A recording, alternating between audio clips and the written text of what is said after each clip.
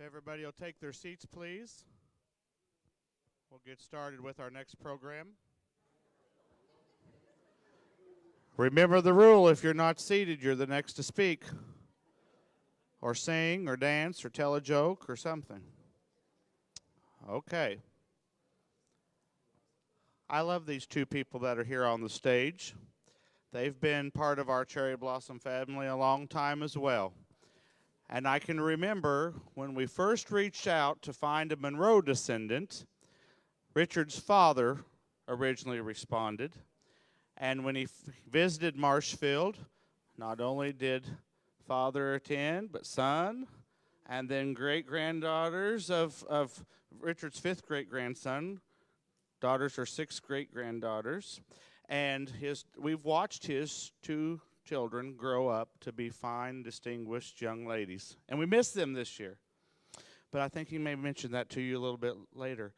So Richard Gatchell from Maryland, as I mentioned, the fifth great-grandson of President James Monroe, Mary Achor presidential historian who's been here as a moderator, speaker, history fan.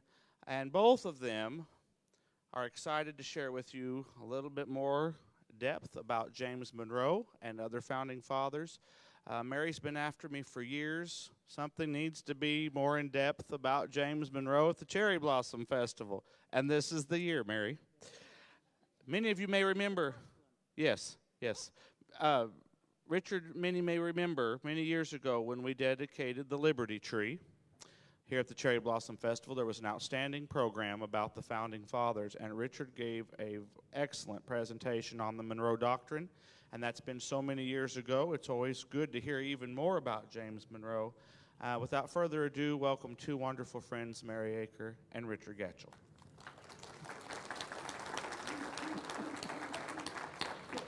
Well then, can you hear me okay? Test 1, 2, you got me? All right. Well, before we even get started, Richard's got a little present for you, some pictures of... Yes, and by the way, I can't sit still. So I apologize. I'm a fidgety person, and I talk better when I walk around. So first off, I want to thank every person in this room.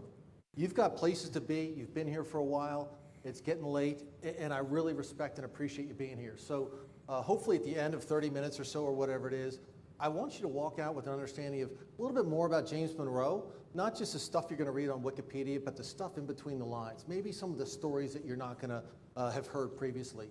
And I really want it to be in a storytelling realm. So I hope to try to keep it kind of fast moving and just kind of give you some snippets and tidbits.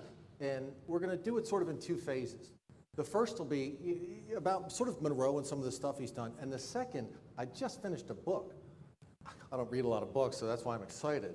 The Virginia Dynasty. It's about why are the first 4 out of 5 presidents from Virginia? And what does that mean? And what does that mean to our country? And it was written by Lynn Cheney, so it was a great book. Before I even start, wait a second, I want to walk down. I can't see that thing in the back. So I want to just click through this, and it doesn't work. Yeah. Do I point it somewhere? Ah.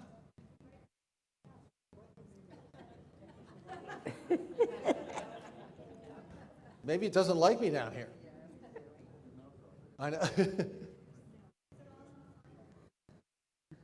Pardon? On?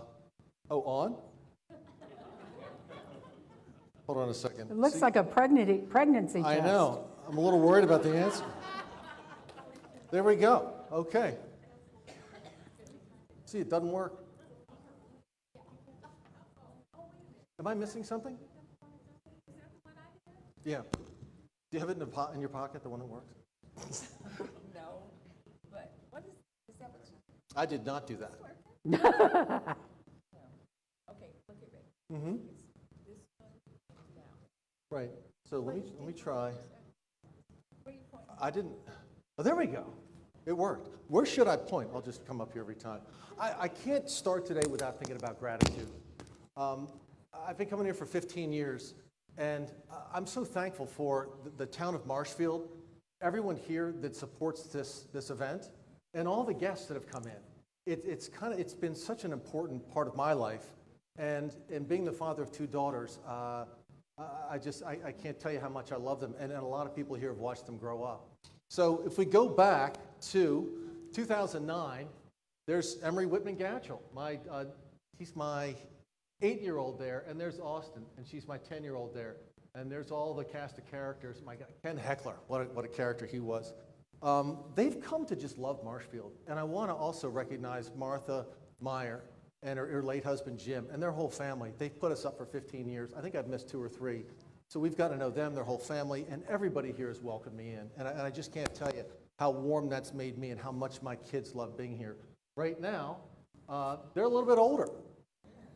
I don't know what's going on in the background, but some must be a pandemic. But there's Austin on the right, and there's Ems, and that's this past summer. And so they've grown up a little bit over the years. How old are they? They're now 22 and 20.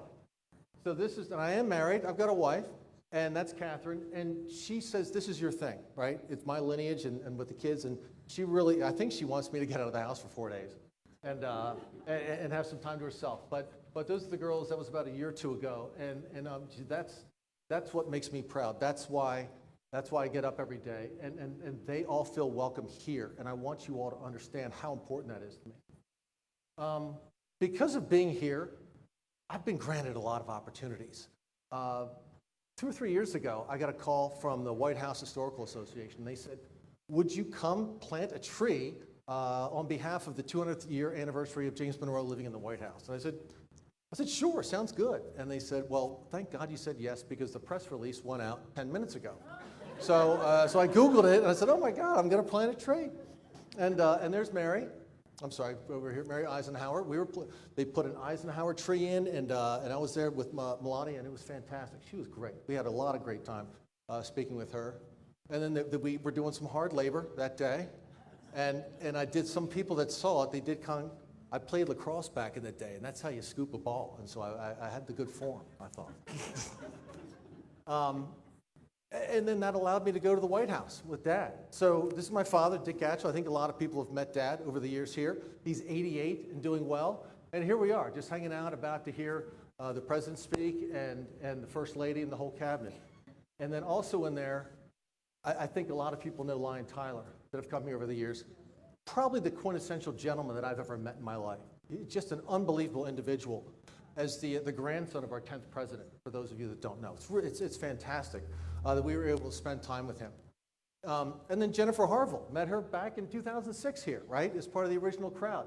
This just made me feel good. George, I wish I had a picture, but you were there too, and Clifton was there, and it was just a really special day, and a special week to be there.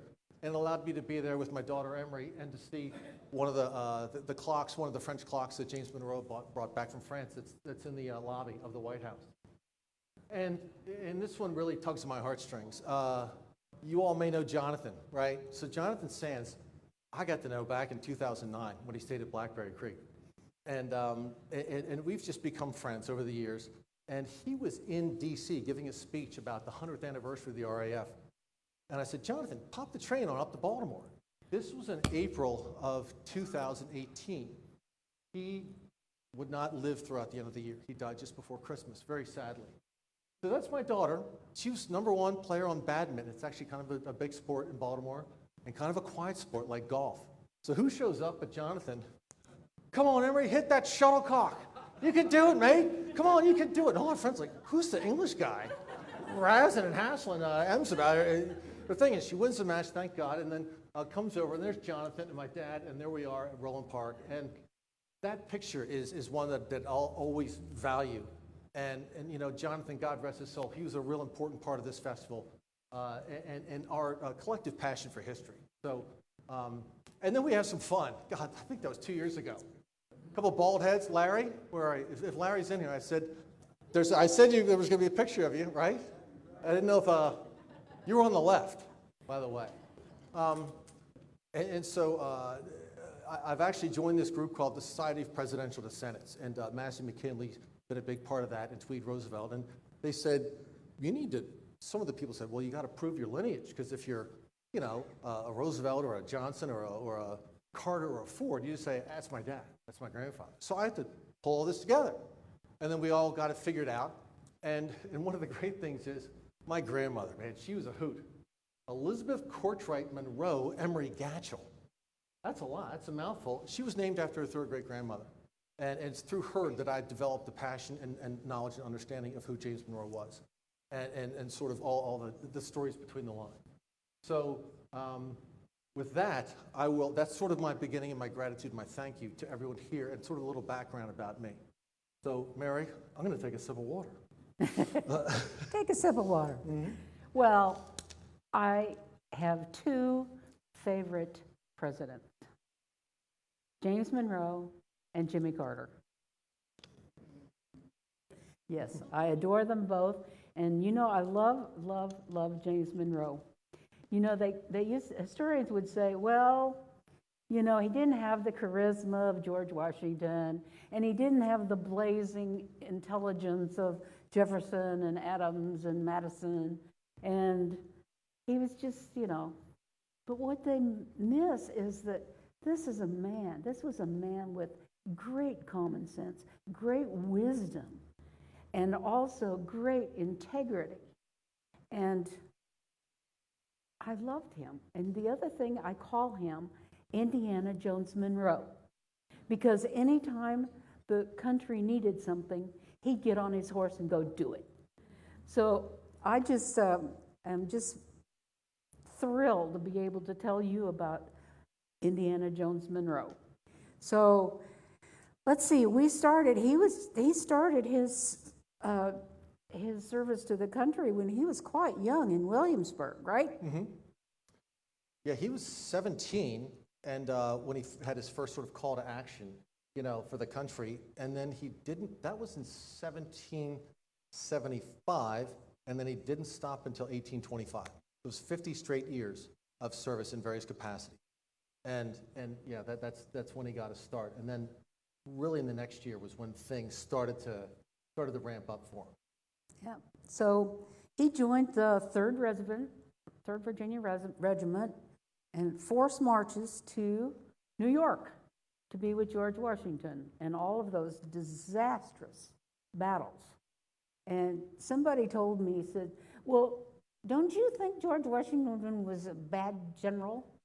And what he neglected to understand was that these guys were fighting against the powerhouse of the world at the time, and yet they didn't have sense enough that when they beat the Americans to finish them off, they'd go back home and have a party. And it allowed George Washington and his guys to regroup and to think and to understand and to learn. And hey, and it got to be really bad, but then came the Battle of Trenton. Yeah, so there's a lot that happens. I can't sit still. In 1776. So in the summertime, Monroe's been put apart. There's 700 men that join this regiment in Virginia, and they train hard, and they're actually legitimate soldiers of America versus militia soldiers. So they train hard, and then they get the call. They got to go to New York. So it's a forced march, and they get up to New York on September 12th. Things aren't going well. For those of you that may know what's going on, there was a retreat across from Brooklyn Heights, and they were getting chased all around Manhattan, and they were getting it handed to them. Like if it was a game score, they were 0-5. You know, they were not doing well. And Washington needed some help. So luckily Monroe and his troops got there, and they just had loss after loss after loss. And one thing you need to remember, that if you were a troop, if you were assigned to be in the Army, you were conscripted for 1 year. That year ran out on December 31st. So as mid-December was coming and you're 0-5, you're looking down the barrel of a bad season here, because we need to win.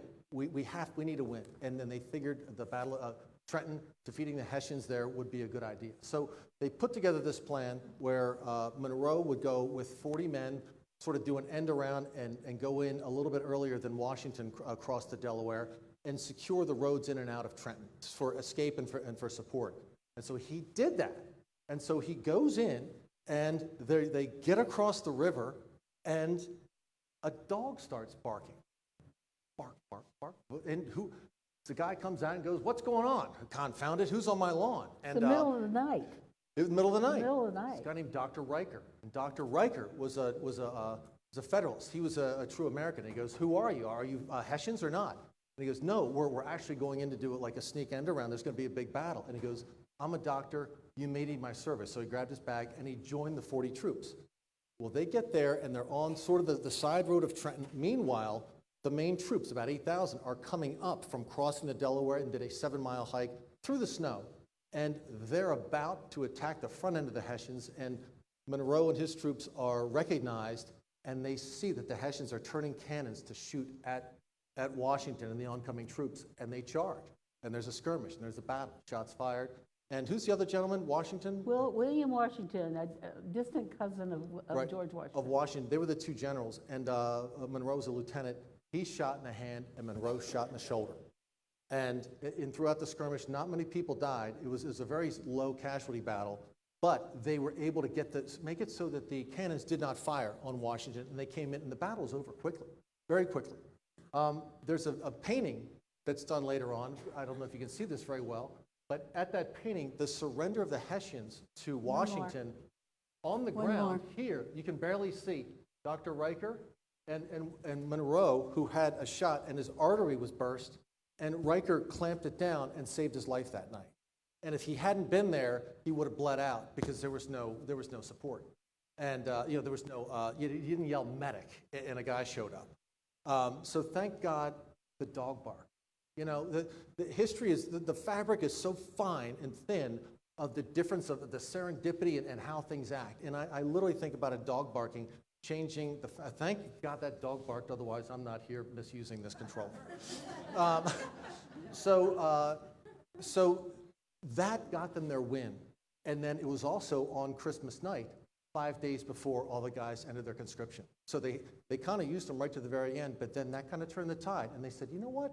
Maybe we got a chance here. And then I think there was a victory before or after at the Battle of Princeton.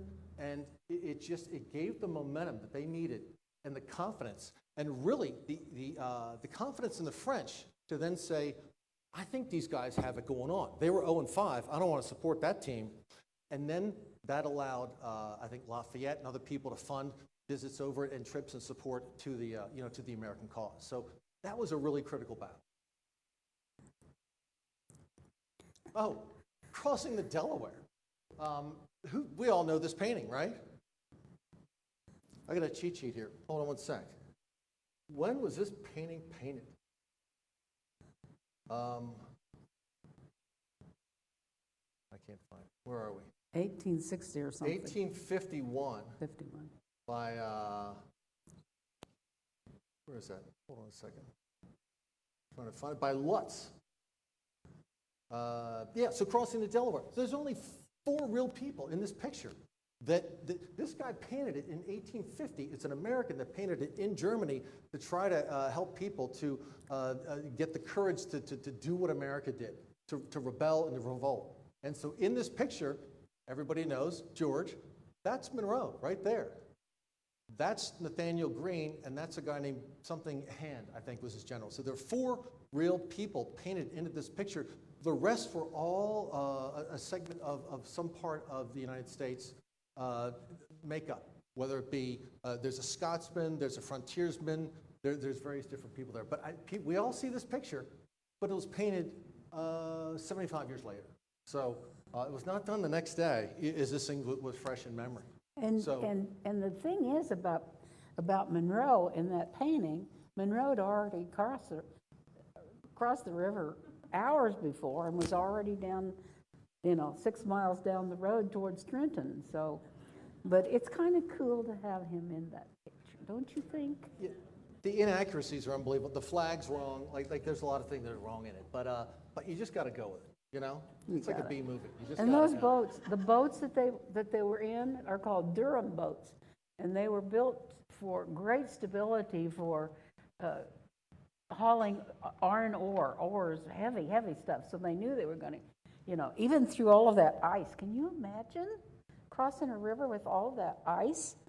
Scary, scary, scary. Yeah, in a snowstorm. So Monroe was not able to raise a regiment. He kind of had a challenge for a couple of years, but then he came back working for Lord Stirling, and his job was to be battlefield communications. So it's get on your horse and go tell those guys what they got to do, retreat, back up, go left, go right. So he's in the middle of battles all the time, bullets flying, but he's on his horse, a great horseman. On his as you horse, said, on his going horse, and doing getting what needs things to be done.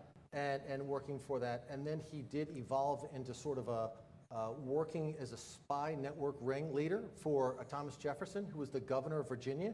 Jefferson wanted to know, where's the enemy? That's a good question. He didn't just pull up your GPS or do whatever. He went out and had a series of riders and people that were tracking where Cornwallis was, especially in Southern Virginia, because they did not want to get invaded, whether they were in Williamsburg or Richmond. It was like an advanced Pony Express. Monroe put horses and riders at various places, and Jefferson had hoped that they would be able to get from the Carolinas back to Virginia in 3 days. Monroe did it in 2. Mm-hmm. Yeah. So is there sort of the timeline of Monroe? I want to kind of put that timeline on hold for a sec. I want to shift gears. And I want to talk about this book and the importance of this book and the importance, it's called The Virginia Dynasty, 4 presidents and the creation of the American nation. So as we all know, and I'm going to assume everybody knows, 4 of the first 5 presidents were from Virginia. And John Adams, the second president, was from Massachusetts. So they kind of had they had a corner on presidents for a while. And really the question comes out. You've got 4 men that grew up, that were born within 60 miles of each other in Virginia in the early to mid part of the 18th century. How did these 4 men come to lead a rebellion, a revolution, write a constitution, form a republic, and create a country that went from the Atlantic to the Pacific in their lifetimes? It's a lot for 4 people. What is the commons? What's the special sauce there? It's a great question, and this book answers a lot of those questions. They were all sort of born, none of them were wealthy people. And the more you read it, and I hate to say it, it's a tragic story. Each of those men suffered tragedies. It was not an easy thing. Starting a revolution, you had 3 choices, right? You won, or you died trying, or if you lost, you were shot because you were an officer. And so 2 out of 3 is not a good odds there. So thank goodness they won, but when your back's against the wall, you're going to do a lot of different things to win. So these 4 guys are really unbelievable. And throughout, if you put a matrix of all 4 of them, at some point in their lives, they had incredible friendships, and then they were foes. They quarreled, they argued, and really, if you want to break down the teams, and I'll keep this at a high level, on Team 1, on the Federalist team, you had Washington, you had Hamilton, and you had Adams. And on the Democratic-Republican side, you had Jefferson, Madison, and Monroe. It was a struggle and a power grab between how much did we want the federal government to run in our country and how much do we want the states to have ownership. And it was a great tug of war. It was a very honest and intellectual tug of war. Things got ugly, things got testy at times, but they worked it out. And throughout their lives, they always stopped and put the country first. That's one of the great selfless things about these men that I've come to find. But I think their relationships, as it goes on, is really unbelievable. And there's tragedy there, right? So these 3 of the 4 died penniless. They were broke. They had to, at the end of their lives, Thomas Jefferson had to sell Monticello. He was broke. They were all land rich, but cash poor. Being a politician didn't pay, right? So you weren't making money. At the end of Monroe's presidency, he added up what he thought the government owed him, and it was $23,000 plus $30,000 in interest. That's for 50 years. And the government gave him $29,000. That allowed him to chip away at his debts. He was in debt. Madison was in debt. Jefferson was in debt. Luckily, Washington was able to get through sort of debt-free. But this debt just dragged on these guys and hampered them. And it's very sad to know that at the end of his life, Jefferson had to sell his house. Monticello, Montpelier barely made it. Let's see. This is Ashlaw and Highland is the home of Monroe back in the, from sort of 1790 to about 1815. I could be wrong on the dates. He had to sell that. He had no money. I think it's very sad that these people had to do that and then live in sort of this impoverished world later in their lives. I just think that When you think of these founding fathers, there's maybe this virtuous greatness and happiness and joy. Not a lot of happiness and joy. It was very difficult. A lot of these guys suffered incredible pains throughout their lives. And I want to share a quote that is not too cheery, but it's necessary to hear. It's necessary to understand. In 1825, Thomas Jefferson is old. As I think a lot of us know, Jefferson died on July 4th, 1825, and up in Massachusetts, Adams died later on the same day. They were at odds a lot of their lives. This is a quote from letters that were sent back and forth as they were repairing things. And the question is, would you choose to live life again? Adams, who had lost his parents and Abigail and children and friends, said, instead of suffering these griefs again, I would rather go forward and meet my destiny. He'd been that grieved. Life had been that tough for him. Jefferson said, the pleasures surely outweigh the pains in life. Why not taste them again? But he was on the fence. They'd all suffered a lot.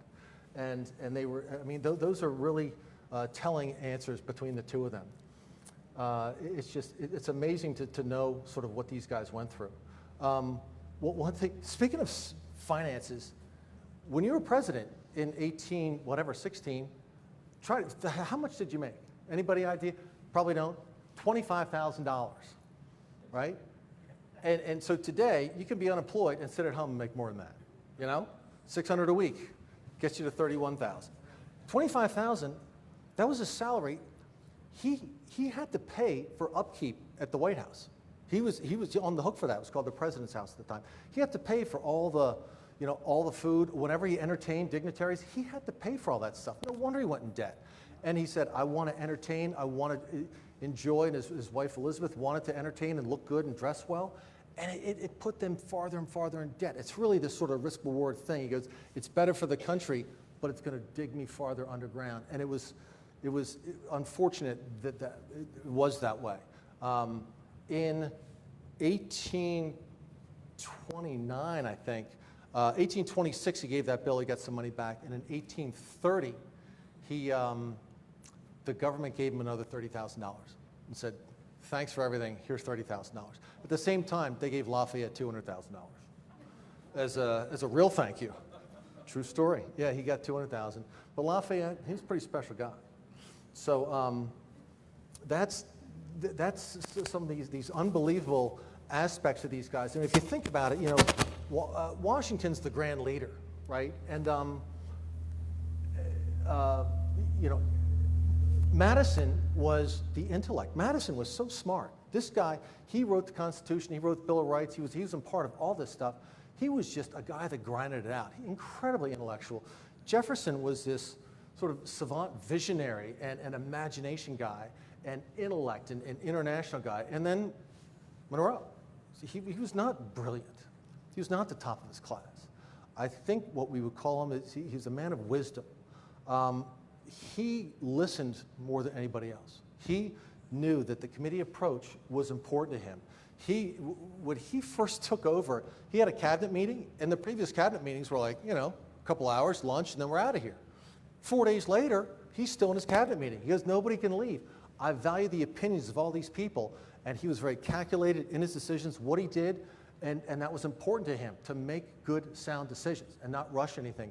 That's sort of one of his unique characteristics of being able to listen, being a man of integrity and character, whereas the others kind of had their aspects of him too. So, and it's like he didn't really like the Constitution because he felt it was incomplete without the Bill of Rights. I mean, this man was wise. He was kind, and Jefferson wrote to Madison one time, and he says, you turn his soul inside outwards, and there's not a speck on it. So let's go through a little bit more of the timeline, right? So here we are. So he was elected president in 1816, and then so he took office in 17 and then left in 25. He was the first president to do a tour of the country, right? So he said, I've got to check this place out. And he was really doing more of a physical check of where are the mountains, where are the rivers, how can we defend ourselves? because it was his belief that the federal government, their job was to protect the people from foreign interests and to ensure the laws that they had. That's it. They're not there for health care. They're not there for unemployment. They're not there for all these other things that things may have evolved into. But he goes, protect the people and take care of the interest and make sure that we protect the laws of the people. And then let everybody kind of play by whatever their pursuit of happiness is going to be. So he toured the country. And he was blown away by people. Think about it, 1817. There's no photographs. No one had seen a president. He goes up into New Jersey and Massachusetts. No one had ever laid eyes on a president. People came out. They loved him. They adored him because of his title. And he was blown away by that. Meanwhile, he's paying for the whole trip on his own dime, too. So he did a tour of the North, and then later on he did a tour of the South. But he was blown away by the passion that the people had to see their president shake his hands, get up close to it, and it really made a profound effect on him. And then, I'm just thinking chronologically, in 1819, they called it the Panic of 1819. The first depression, right? Everything was humming along pretty well. This depression hit, and land values went down. So a lot of people that were always, when you had this much land, you could just sort of sell off this, sell off this, sell off this, and just sort of, it was like an ATM kind of thing, because land was abundant everywhere. But once this depression hit, you just couldn't sell off that land. So a lot of people that were land rich didn't have money. It was about a 3-year depression. And they asked him, they said, are you going to intervene and interject and jump into this? And he says, no, that's not the role of the federal government. The markets are going to do what the markets are going to do. We are here to protect our borders and protect our people. A much different sentiment than may or may not be today. But, you know, the panic subsided. Things got back to, I don't know if you want to say normal, but that's sort of an unbelievable aspect of how he handled that situation of staying hands off. Today, I mean, every day, the Fed's involved in, rates, this, that, and the other. So it's just sort of a dichotomy of 200 years ago and 200 years, later. And speaking of 200 years, I'm fascinated. It's one of my favorite stories when I ever learned about Monroe, was the election of 1820. I don't know how many of you here know what happened in the election of 1820. It's the only election of its kind. The Federalist Party, which had been Washington and Hamilton and really all about the federal movement, was really dying out. They didn't have a candidate. So they just didn't put anybody up for presidency. So on this side, you had nobody. And then they thought, well, Monroe's doing a pretty good job. Let's not even have a runoff to see who that's going to be. So he was automatically nominated. So he ran unopposed. One guy did not vote for him because he had a bone to pick with him from years before. And he said, hey, well, I don't want to say the term, but I'm not on my watch. So he had one electoral vote against him. But he basically won in a landslide. Think about today. Think about if Donald Trump said, you know what? If the Democrats said, you know what, that's cool, you're doing a great job. We're just not going to put somebody up this year because we don't have anybody competent. And then they also said, well, all these other guys that want to play, they don't think they can touch you, so we're just going to have you go again with no vote, really, or just sort of a mock vote. It blows my mind that a president was elected without a real vote.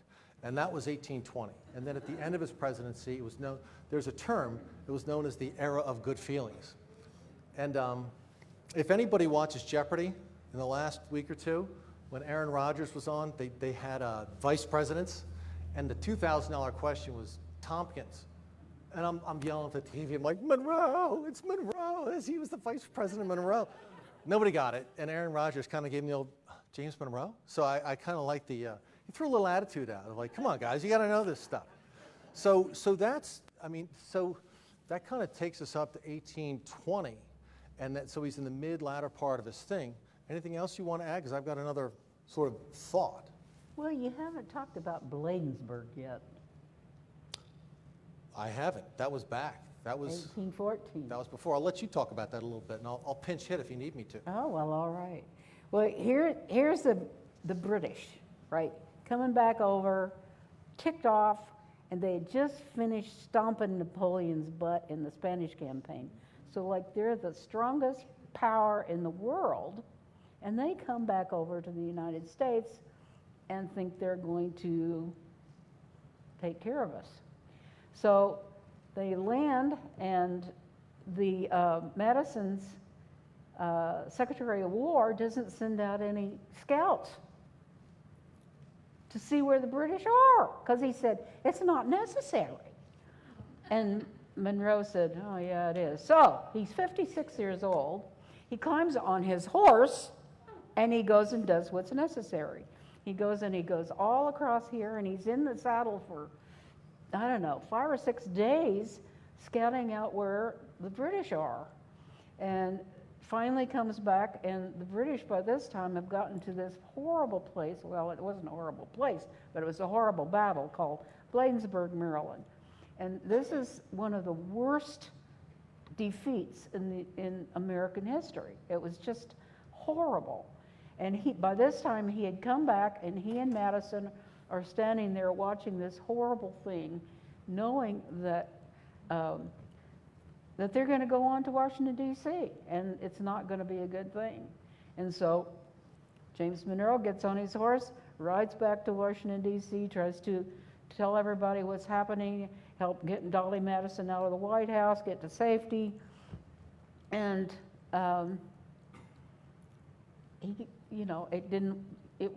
here's the interesting thing to me. Dolly Madison scarcely got out of the White House before the British came in. And this is how narrow escape she had. There was already food on the table for their dinner when she escaped, and the British came in and ate that food. And then, of course, they burned Washington, because why? We burnt. So, yeah, so there was an unwritten rule, but I guess in war, I don't have an unwritten rule. But in that rule, when we were up in Canada, the U.S. troops, the capital of Canada was York at the time, and we burned York to the ground. That's part of the unwritten rules. So when the British got to D.C., they torched D.C., and they sort of said, remember York. And they, in my mind, they had every right to. And that was September of 1814. And that was a bad time, because in September, they burned the White House, Dolly Madison got away, Monroe was the third Secretary of War in that war. And then the British said, that's it, we're going after Baltimore. Those hoodlums and, pirateers or whatever, that's my town. So those are my people. And they had 2 battles up to Baltimore. There was a land battle that ended in Patterson Park, where there was a 15-year-old kid who was a sniper that picked off their lead general. The British troops didn't know what to do. They panicked and they turned around and they left. And then they tried the assault on Fort McHenry. And we all know the story of how that went, and that they were repelled. And the next day, they were not able to get through. And Francis Scott Key, who was a Baltimore lawyer, had been taken captive on one of the command ships, and he wrote the Star-Spangled Banner on the back of an envelope during the battle, and to an old British drinking song. So there's the original copy in the Maryland Historical Society of "Oh, Say Can You See." It's really unbelievable. I'm very proud to be from Baltimore, and when people come in town, I take them down to Fort McHenry. I think it's a great spot. But then that was 1814, and then we repelled them, and I think they were going to surrender. A Treaty of Ghent, if I'm not sure, and that was signed before the Battle of New Orleans took place. So the Battle of New Orleans took place after the war actually ended by signature by treaty in Europe. Jackson and all of his pirates and frontiersmen and Indians and whoever else, they stomped them. I've never been able to understand why the British thought it was a good idea to march with all you had to do is just shoot, and they were dead. And that's exactly what happened in New Orleans. Here they come marching, and Andy Jackson said, fire, and in just minutes, all of those Englishmen were lying dead. Just like the song says, Battle of New Orleans. And you know what? I think there were only about 7 Americans that were killed in that whole battle. Right. One of them happened to be Thomas Thomas Jefferson's nephew, Isham Lewis. Well, I'm thinking about 1820, as I often do, and Lynn, I'm going to look at you, and I think about all the things that transpired later to start the Civil War, and the Missouri Compromise was really, I think, a key issue that helped spark it, and to bring Missouri in as a free/slaveholding state with a compromise of sorts. It was really not a clear designation, and then to put Maine in as a free state and then draw the line, a parallel line, saying any state that ever comes in north of here will be free, and anything south of here will be a slave state. Big mistake, really big mistake. And that laid the groundwork for 31 years later, as well as, Dred Scott and a number of other things. There's a quote that I read that I think is pretty compelling. A lot of people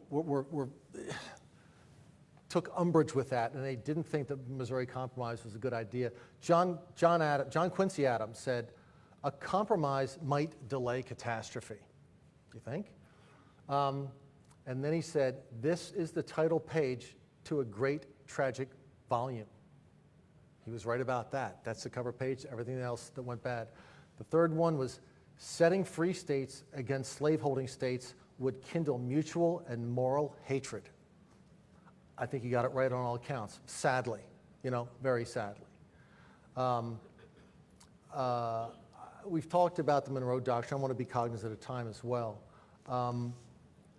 There's another quote that I want to say, and as I kind of want to start to wrap things up, but at the end of Monroe's life, it was sad. His presidency ended in 1825, and the elections of 1824, this is kind of a bizarre story. There's one guy, Crawford, that was not happy with Monroe's endorsement of somebody or not of somebody. And in the White House, Crawford took his cane and was about to hit Monroe. Monroe saw it and picked up an andiron, picked up a fire tool from the fireplace and held him off. This is in the White House. A guy trying to hit him over the head. And he was taken out pretty quickly thereon. But these guys were passionate. That was in 1825. So then he leaves there and he goes and he lives. He moves closer to D.C. This is called Oak Hill. Beautiful house about it. He said, as they call it, a half-day's ride outside of D.C. I love a half-day's ride. That's a lot of traffic in my mind. So he lived there, and then he lived there. He was getting sort of older and more frail. And then the year 1830 comes, and his wife, Elizabeth, who he adored and been married to for 44 years, she'd been ill for a number of years. She died in that house in 1830. And in that same year, Monroe has two daughters. The eldest daughter, Eliza, was married to George Hay. George Hay died in 1830. So now his wife's dead, his son-in-law's dead, and Eliza's kind of a pain, and they had nowhere to go. Like, they were broke, they were destitute again. He had to sell Oak Hill because he didn't have any money. The following February, that's when the government gave him another $30,000, but it was too little too late. So he had to sell his second estate and move to New York City, and he had to live with his other daughter, Mariah, who was married to Samuel Gouverneur, and that's who I come down from. So think about this end of a life. You've 50 years of giving to your country, and you're 72, and you go up to New York City, and you got to bum a room from your daughter. Your wife's dead, you got to bum a room from your daughter. Your other daughter's at odds with that. It's not a happy, it's not a joyous ending that people want to write a storybook ending to. The same way a lot of the other guys. Jefferson didn't have a glorious ending. Either did Madison. So then he's lamenting the fact that he can't really move very well. And he misses his friends. Obviously Jefferson had already died, but Madison was still alive. But here's a letter he wrote. Here's a snippet of a letter he wrote to Madison. This is him very old in 1831. "I deeply regret that there is no prospect of ever meeting again. Since so long we have been connected in the most friendly public and private life, our final separation is among the most distressing incidents that could occur." These guys were beautiful writers. That's sad. I think that's sad. And Hamilton's response from Montpelier: "The prospect of our never meeting again afflicts me deeply. the pain that I feel at the idea associated as it is with the recollection of the long, close, and uninterrupted friendship which united us amounts to a pang that I cannot well express. That was in the spring of 1831. And on July 4th, 1831, Monroe died, 5 years after his two other friends and patriots had died in 1826 on July 4th. So 3 of the first 5 presidents died on that. In my mind, it's a sad ending. As is, I mean, to die without your wife and penniless and kind of having a bum a room from your daughter is tough. Jefferson went through a lot of the same thing. Madison went through a lot of the same things. Dolly Madison died close to poverty in D.C. after he had died. And each of these men had people in their lives that were sort of blood-sucking leeches. His brothers he was always having to bail them out, always having to cover them. Madison had a son-in-law that was just horrible, that he figured that he had taken care of $20,000 worth of debts for this guy by the end. Washington had a granddaughter marry a guy that was a real scumbag that closely bankrupted them. And Jefferson had some people within his family tree that were just not people of integrity. So all these men just felt this compelling need to cover the financial cost of the people in their down line. And it put 3 or 4 of them in bankruptcy. And I think that's sad. I don't mean to leave you all on a sad note. I want to leave you on an honest note about what it was like. It was difficult. And I think today when we see people look at our founding fathers and make disparaging marks for various reasons, it hurts me because they don't understand the sacrifice and the pain that they had, and the fact that we are living in a free society today that is born of their efforts, and that there should be sort of, I think, a better recognition and respect and more of a macro picture of understanding who these people were. So I'm exhausted, Mary. Well, that's really painful for us to hear. They owned slaves, and that killed you, But they had good parts that they did. They had good things that they did, and we're just trying to deal with it now. But I want to end with a sweeter story. That when Monroe was the diplomat in France, Mm-hmm. and Lafayette was already in jail in Prussia? Mm-hmm. I forget where. Prussia. And his wife was imprisoned in Paris. Yeah, so Monroe had 2 different stints in Europe, in France for that matter. And he spoke French fluently, by the way. I'm going to by the way a few times here. They spoke French in the White House. Like, that was their preferred language. And the girls spoke French. So it's kind of a bizarre story nobody knows. So they're there. They get off the boat 3 days after Robespierre was beheaded in the Reign of Terror in France. So there was not a lot of protectionism and understanding of sort of who these people were as a diplomatic standpoint. And Lafayette was a aristocrat. And his mother, his aunt, and his sister had all been beheaded. And his wife was in jail and due to be beheaded at some point very soon.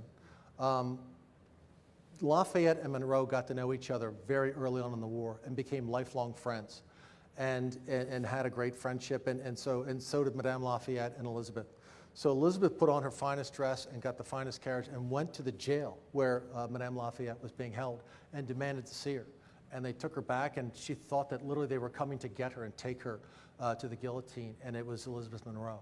And she was so emotionally exhausted by it because she thought that it was her time, that I think the guards and the people said, maybe we should hold off now because these are those people that came from America and they're our allies, and we should hold off. And I think they begged for her, and she was never beheaded. And then so she was reunited. She was allowed to go live with Lafayette in prison in Prussia with 2 kids. They actually allowed them to live in a prison cell together for a couple of years. And then what happened to, he was actually able to get free and then had a whole other stint of things in France. But it was an amazing story of courage, because they could have said, get in the jail cell with her and you're gone or tomorrow. But it didn't happen. So I'm proud of that and certainly proud of the bravery that she showed. Absolutely. That shows you what ladies can do even when they can't vote. All right. I want to be respectful of time. It's 6:30. I don't know if there was an end, but I want to say also something, and as I'm respectful of time, I'm so happy. Everybody was in this room. I never saw that door open. Thank you. It really means a lot to me. This is the last of many speeches and stuff today. It means a lot to me. And once again, it started with gratitude of Marshfield and all the attendees, all the friends that I've made. And it ends with a thank you for being with me on this. And a big thank you to Mary Achor, too. So thanks.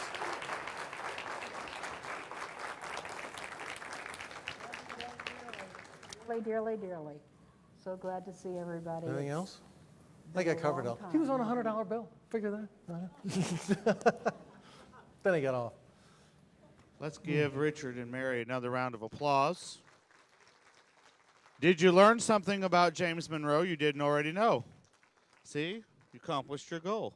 Now, I see Monroe's on the $100 bill. Did you know George Cleveland was asked to sign a $1,000 bill today with Grover Cleveland's picture on it? Yeah, it's true. You were, weren't you? The cover of it. Yeah, the cover of it. Pretty neat. Yeah. Well, guys, thank you for, Richard's correct, for staying so late today. Remember, this evening at 7 o'clock at the Marshville Senior Center will be the Cherry Blossom Jam session. You are all welcome to go to that.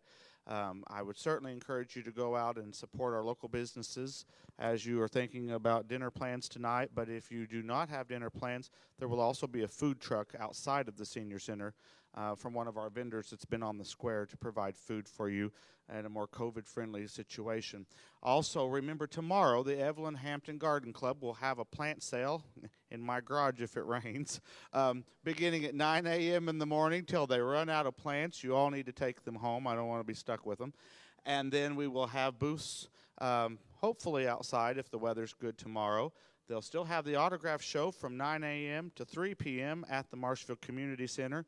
Or if you hear us locals refer to it as the MAC or the old junior high school, it's all the same location, but it's listed on your program as the Marshville Community Center. Also, we will still have the silent auction items that are being listed that are available in the foyer, and those will be unveiled, I guess you could say, or revealed who will be taking them home at the state dinner tomorrow night. So, some of you have asked about the state dinner. It is sold out for tomorrow night. But if you see Carol Cooksey and you'd like to be put on a waiting list in case there's any last-minute cancellations, feel free to do that. Tweed Roosevelt, Teddy Roosevelt's great-grandson, will be our speaker, making his first visit to Marshville. So again, thank you all. Good to see both of you. You've been a special part of our Cherry Blossom family, dating back many years, and we owe you a great debt of gratitude for continuing to make the trip to Marshville. Give them one more round of applause. See you tomorrow morning.